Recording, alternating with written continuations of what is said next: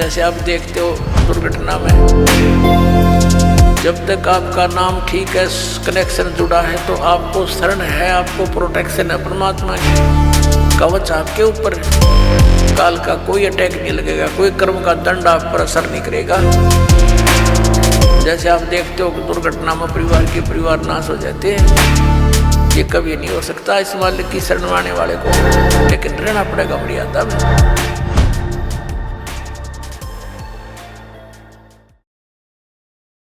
आदरणीय दादू साहब जी की भी थोड़ी सी यहाँ वो कथा सुनाएंगे, अमर कथा। आदरणीय दादू साहब जी, इनका एक तेली के घर जन्म था और ये जब 7 वर्ष की आयु के थे, बाहर खेल रहे थे बच्चों में, परमात्मा ऐसे ही जिंदा महात्मा के रूप में कबीर साहब इनको आकर मिले और इनसे भी ऐसे ही ज्ञान दिया। परमात्मा ने ज्ञान सुनाया और भी कई बच्चे बैठे थे। कबीर परमेश्वर ने क्या किया, अपने करमंडल से पानी लिया मुख में, और पान के पत्ते थे वहाँ पर, पत्ते पान का से छोटे छोटे होते पीपल जैसे, उस पान के पत्ते पर वो पानी ऐसे उल्टा मुख से डाल दिया, कुरला मार दिया और कहा, बेटा नाम ले तू दादू और ये जल पीना पड़ेगा। उसने कहा, लाओ महाराज, नो करके पी गए फटते ही। अब कहते हैं मल अखाड़ा जीतेंगे ये युगन युगन के माल, लख बर सूरा जूझ ही लख बर सामत दे, लख बर यति जहान में तो सतगुरु शरणा ले, गोता मारू स्वर्ग में जा बैठूं पाताल, कह कबीर ढूंढता फिरूं अपने हीरे मोती लाल। अन्य जो बच्चे थे वह सब उठकर भाग गए। इसने तो एक झूठा पानी पी लिया किसी का, जिसकी जाति का पता नहीं है, ऐसा वो तो गांव में भाग गए। और उधर से उस आत्मा को लेकर परमात्मा सचखंड सतलोक में गए। वो लड़का अचेत हो गया, डेड नहीं हुई बॉडी, और आत्मा परमात्मा साथ लेकर के, जैसे गरीबदास साहिब को लेकर गए थे ऐसे ऊपर लेकर गए उनको। ये गरीबदास साहिब जी से काफ़ी पहले हुए थे, लगभग सैकड़ों वर्ष पहले, 100 वर्ष पहले। तो वहाँ उधर गांव में पता चला, लड़का देर तक नहीं आया, तो जिन बच्चों के साथ खेल रहा था उनको साथ लेकर गए कि कहाँ है वो, कि वहाँ बैठे को छोड़ कर आए थे एक बाबा जी के पास, इसने उसका जूठा जल पी लिया। तो वहाँ जाकर देखा वो दादू साहब जी चेत पड़े थे। अब हाहाकार मच गई, रोने लगे। वैद्य डॉक्टरों को दिखाया, झाड़ फूंक करवाई, 3 दिन और 3 रात बीत गई, ऐसे अचेत रहे। उधर से परमात्मा उस प्यारी आत्मा को अपने गवाह बनाने के लिए ऊपर सतलोक में लेकर गए। और उसी तरह जैसे गरीबदास जी से सारा परिचय कराया था, ऐसे कराया। परमात्मा तेजों में शरीर युक्त सतलोक में सिंहासन पर विराजमान थे। नीचे से वही साधु संत यानी जिंदा महात्मा के रूप में गए थे ऊपर, उसी तरह चौर करने लगे। फिर वो तेजों में शरीर परमात्मा खड़ा हुआ और नीचे से गए हुए महात्मा परमात्मा जो जिंदा के रूप में थे वो बैठ गए, उसी तरह क्रिया हुई सारी। और चवर वो तेजों में शरीर वाले भगवान करने लगे। दादू जी को यही शंका आई कि भगवान तो ये दिखा था जो तेजों में शरीर वाला है, और ये बाबा जी बैठ गया सिंहासन पर, समझ में नहीं आई ये क्या चक्कर है। इतने में तेजों में शरीर परमात्मा के शरीर में समा गया, जिंदा वाले शरीर में। तब परमात्मा ने कहा कि बेटा दादू जा नीचे, तू, मेरा नाम कबीर है, मैं काशी में जुल्हा बनकर रहा था। ऐसे गरीबदास जी को बताया था परमात्मा ने कि मैं बेटा वहाँ भी रहा 120 वर्ष तक, यही ज्ञान मैंने वहाँ दिया। और गरीबदास जी को तो यहाँ तक कहा था कि उन काल के दूतों ने जो कबीर पंथ में आगे हैं उन्होंने नाश कर दिया है उस ज्ञान का, अब इसको दोबारा करना। दादू साहब जी तो गरीबदास जी पहले हुए थे, इनको विशेष ज्ञान नहीं दिया, लेकिन अपना परिचय अवश्य दे दिया, क्योंकि उनको मालूम था कि इनको वो ज्ञान दिया तो बीच में इस पंथ में घुसे हुए लोग भी बात बिगाड़ देंगे।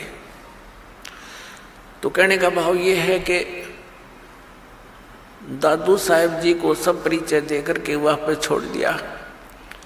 तीसरे दिन जब बच्चा होश में आया तो खुशी की लहर दौड़ गई और दादू साहेब जी उस कबीर परमेश्वर की महिमा का गुणगान करने लगे। तो दादू साहेब जी ने परमात्मा कबीर जी की महिमा किस प्रकार कलम तोड़ सुनाई है वो सुनाते आपको थोड़ी सी। जो जो शरण कबीर के वो तिरगे अंत अपारे, दादू गुण की ता कहूं कहतन आवे पार। कबीर करता आप है दूजा नहीं कोई, दादू पूर्ण जगत को भक्ति दृढ़ावत सोए। अब दादू साहब जी कहते हैं कि जो जो शरण कबीर की और पार हो गए अनंत, और कहते उस परमात्मा के गुणगान की मैं इस मुख से क्या महिमा करूं, क्या गुण गाऊं उस परमात्मा के। कबीर करता आप है दूजा ना कोई, दादू पूर्ण जगत को भक्ति दृढ़ावत सोए। पूर्ण जगत को यथार्थ ज्ञान वही परमात्मा स्वयं आकर ही देता है, दृढ़ाता है। यो ठेका पूरा होवे जब सब कोई तजय शरीर।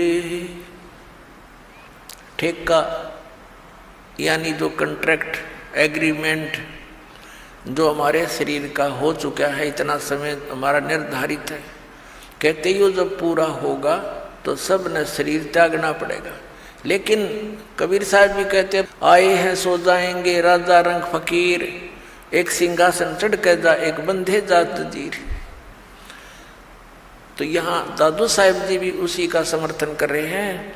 ठेका पूरा होए जब सब कोई तजय शरीर, दादू काल गंजे नहीं जपे जो नाम कबीर।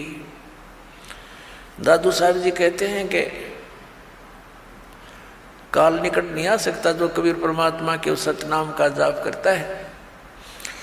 आदमी की आयु घटे तब यम घेरे आए, सुमरण किया कबीरे का दादू लिया बचाए।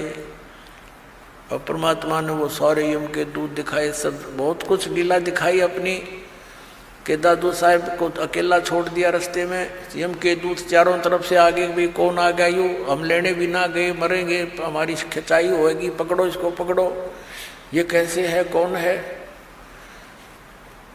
तो उस समय दादू साहब जी ने परमात्मा को याद किया। उसी समय कबीर साहब प्रकट हो गए। बेटा कितना गया था तो पीछे वो नज़ारे देखने लग गया। तो एकदम भाग्य यम के दूत ने एक दूसरे के ऊपर का पड़ते जा, इतनी दूर तक स्पीड तब आगे गणे थे। तो परमात्मा ने बताया कि बेटा जब भक्तिहीन प्राणी शरीर छोड़कर जाता है ये यम के दूत घेर लेते हैं, और जैसे तूने मुझे याद किया ऐसे इस नाम का जाप कोई और कर लेगा ना, भगत तो वही करेगा जो पहले से प्रैक्टिस कर रहा होगा, उसी के मुख से ये परमात्मा का नाम निकलेगा। तो फिर यम के दूत निकट नहीं आ सकते। उसी को फिर अपने अनुभव को दादू साहब जी बता रहे हैं। आदमी की आयु घटे तब यम घेरे आए, सुमरण किया कबीर का दादू लिया बचाए। मेट दिया अपराध सब पाप माफ कर दिए मुझदास के, दादू साहब जी कह रहे हैं। मेट दिया अपराध सब आए मिले छन माही, दादू संग ले चले वो कबीर चरण की छाही। सेवक देव निज चरण का दादू अपना जाने, बरंगी सत कबीर ने कीन्या आप समाने। अब क्या बता रहे हैं दादू साहब जी कि मेरे सारे अवगुण माफ कर दिए भगवान ने, और एक सेकंड के अंदर मेरे पास उपलब्ध हुए और अपने साथ ले चले मुझको, और कहते हैं हे दाता मुझे अपने चरणों का, अपने चरण रज का दास समझना। सेवक देव निज चरण का, हे देव हे भगवान हे परमेश्वर, यो सेवक आपके चरणों का नौकर है, धूल है, और इसको अपना जान मेरे दाता। और भृंगी सत कबीर ने कर लिया आप समान, कि जैसे एक भृंगी कीट होता है, भी भी करता बमीरी बोलना, वो एक कीड़े को उठा लाती है और उसको अपना राग सुना सुना के उसी जैसी आवाज निकालने वाला बना देता है। परमात्मा ने जिसको भी ये ज्ञान दिया वो उस परमात्मा के गुण गाने लगे अपने आप ही। तो पुण्यात्मा यही सती थी आपकी और दास की हुई है। जब से ये ज्ञान ग्रहण हुआ, ये ज्ञान समझ में आया है, तो हम भी भृंगी बन गए, ना जाने सब न बता दें, किस किस ने सुना दें, और भृंगी से फिर और भी भृंगी बन गए। आप भी सभी भगवान के बच्चे ज्ञान से परिचित हुए, औरों को सुनाने लगे। दादू अंतर्गत सता छन छन सुमरण ध्यान, वारू नाम कबीर पर पल पल मेरे प्राण। सुन सुन साख कबीर की यो काल नवावे माथे, धन धन हो तीनों लोक में दादू जोड़े हाथ। सुन सुन साख कबीर की, कबीर साहब की महिमा। साख यानी महिमा, उसकी तेरी साख तो है नहीं, यानी तेरी कोई गुण तो है नहीं, तो साख।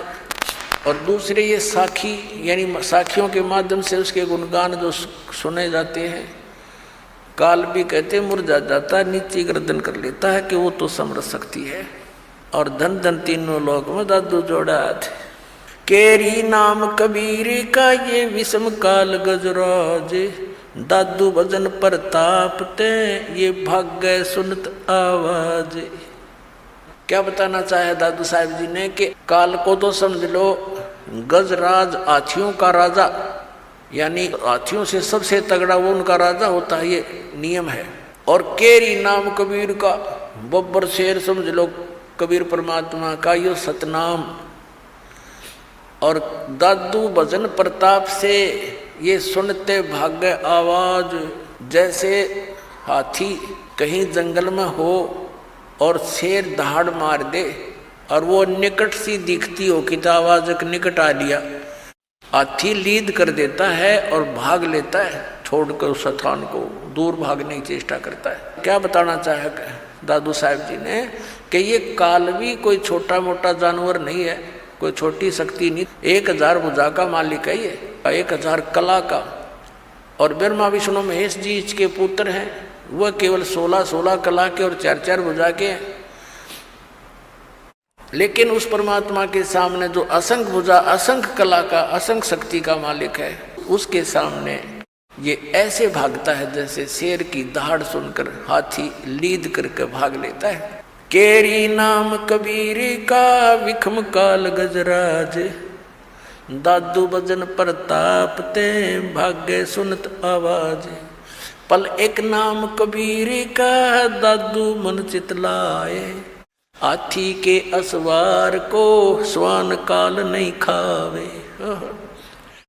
अब देखो कैसी उपमा दी है मालिक की शरण में आए प्राणी को, कि जैसे हाथी। अब हाथी की दूसरी उपमात्मक तरीके से कैसे बताया है कि जो कबीर परमेश्वर जी की शरण में आ गया, वो तो समझो इस काल की रेंज से, रीच से, पहुंच से इतना दूर हो गया जैसे कोई हाथी पर बैठ जा और उनको कुत्ते हानि नहीं पहुंचा सकते। हाथी के असवार को स्वान काल नहीं खावे।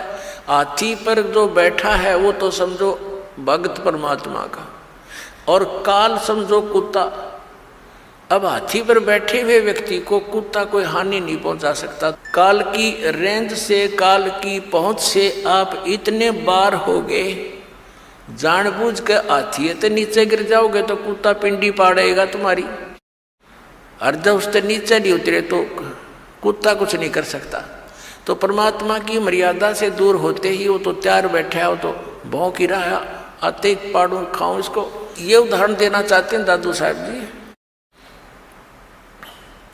पल एक नाम कबीरी का दादू मन चितलाए, हस्ती के असवार को ये स्वान काल नहीं खावे। सुमरत नाम कबीर की ये कटे काल की पीरे, दादू दिन दिन ऊंचा हो फिर परमानंद सुख सीरे। सुमृत नाम कबीर का, जो परमात्मा ने सही नाम हमें बताया है, उसका जाप करने से कटे काल की पीड़, ये काल जो आपको दुख दे रहा है ये पाप कर्मों से, ये फिर नष्ट हो जाएंगे। पाप परमात्मा कहते हैं कर्म ब्रह्मंड के मैं पल में कर हूँ नेस, यानी क्रोस मार दूं पे सब पे, अर्जिन हमारी दो ही दी सो करो हमारे पेश, तुम अकाउंट भी ना लेना। दादू नाम कबीर की जो कोई लेवे ओटे, तिनको कभू लागे नहीं ये काल वज्र की चोटे।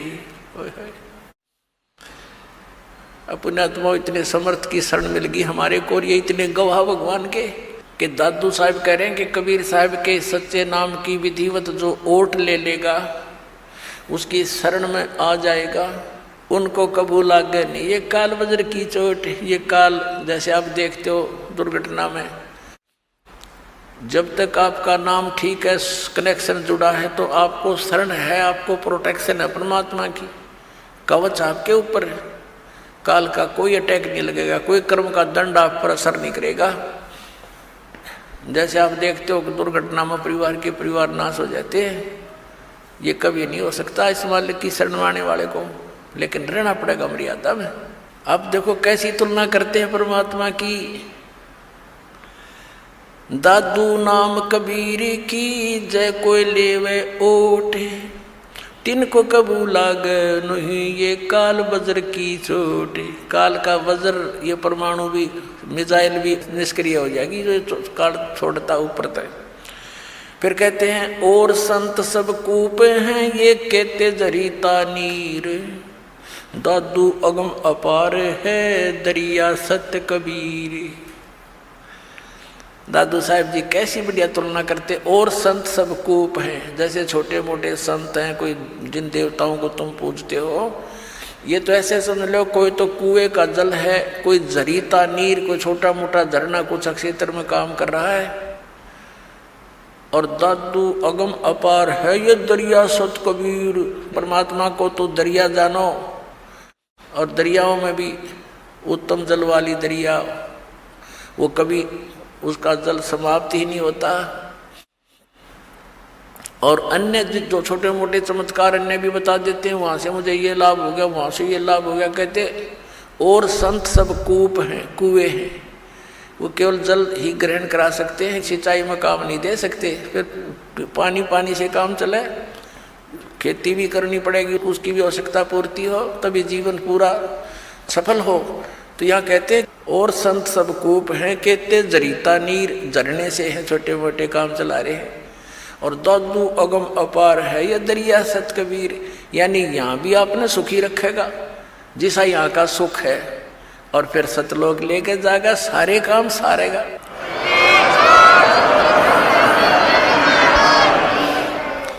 अब ही तेरी सब मिटे ये जन्म मरण की पीर, श्वास उश्वास सुमर ले दादू नाम कबीर।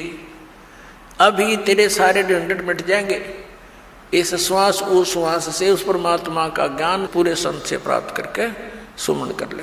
दादू नाम कबीर का ये सुन के कपे काले, नाम भरोसे नर चले तो हो नवा का भाले। दादू साहब कहते हैं कि दादू नाम कबीर का अर्थ सुनते का पे काल, ये 21 ब्रह्मांड का स्वामी सरपुरुष, ये सारा कांप जाता है मालिक का नाम लेते ही, इसका छाती धड़कन लग जाए नू। और कहते नाम भरोसे नर चले, नाम का आधार बनाकर चले अपने जीवन रूपी सफर में, तो हो नवा का बाल, उसका कुछ नहीं बिगड़ सकता, सच्ची श्रद्धा से लगा रहे। जिनमो को निज नाम दिया सोए सतगुरु हमारे, दादू दूसरा कोई नहीं कबीर सिरजनहारे। वही तोड़ पाट दिया कि जिनमो को निज नाम दिया, निज असली मंत्र जो सतनाम जो मुझे दिया मेरा वो ही सतगुरु है, और नकली सतगुरु थे सारे। और कहते दादू दूसरा कोई नहीं केवल कबीर सृजनहार, वो कबीर परमात्मा सृजनहार अपना आत्मा। अब वो दादू पंथी गोपाल दास जी उस छुडानी गांव में किसी अपने सेवक के घर पर आकर रुक गया। उस सेवक ने कहा, महाराज जी हमारे एक लड़की का लड़का ऐसे ऐसे किसी साधु के जंतर मंत्र के दूध पिलाने मेंटल हो गया, और कहते हैं साधु की विद्या को साधु ही काट सकता है, कुछ दया करो। गोपाल दास जी ने कहा कि बुलाओ उस बालक को, देख लेता हूँ। अब वो सेवक जो व्यक्ति था उस गांव का गया उस गरीबदास साहिब जी के नाना जी के पास कि भाई ऐसे ऐसे मेरे पास एक संत आता है, लड़की के लड़के को उसको दिखा लेते हैं, वो कहता मैं ठीक कर दूंगा इसने। तो 5-7 गांव के जो होते हैं कुल के लोग, वो और उसका नाना जी और गरीबदास 13 वर्ष के बालक को ले गए।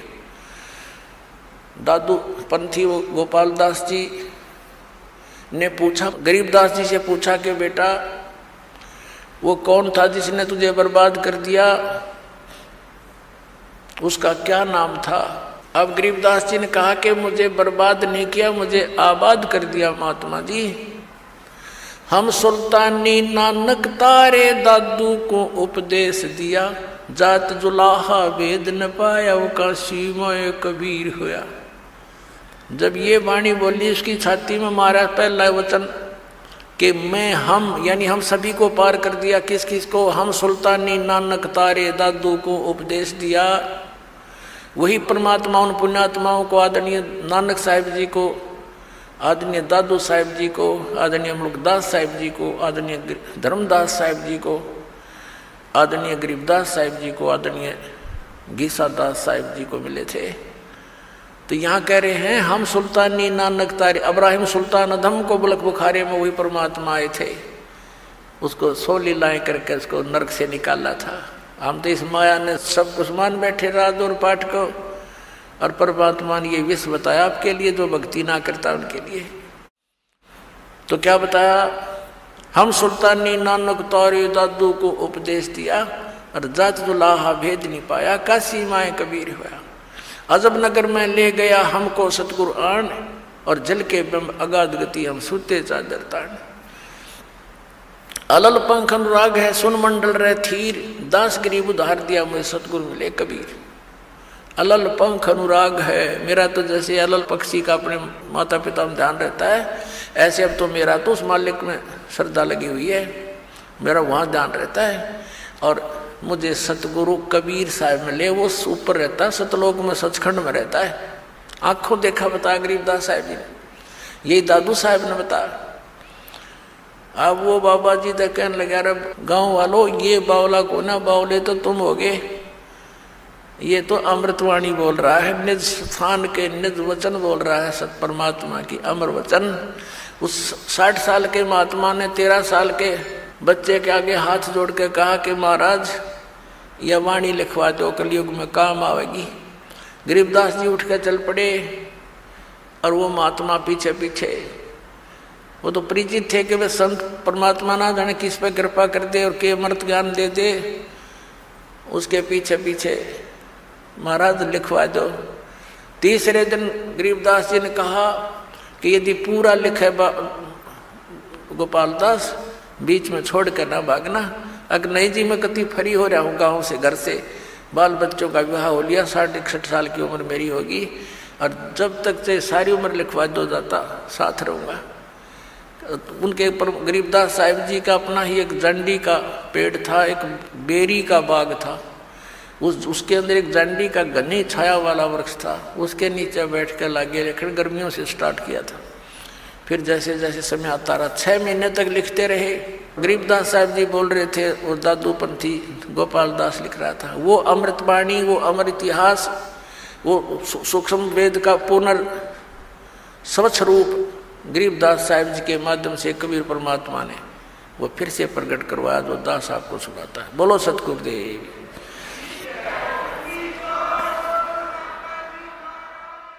अगर आप ये वीडियो YouTube पर देख रहे हैं तो हमारे चैनल को सब्सक्राइब करें और बेल आइकन को दबाना ना भूलें। अगर आप Facebook पर ये वीडियो देख रहे हैं तो हमारे पेज को लाइक करें।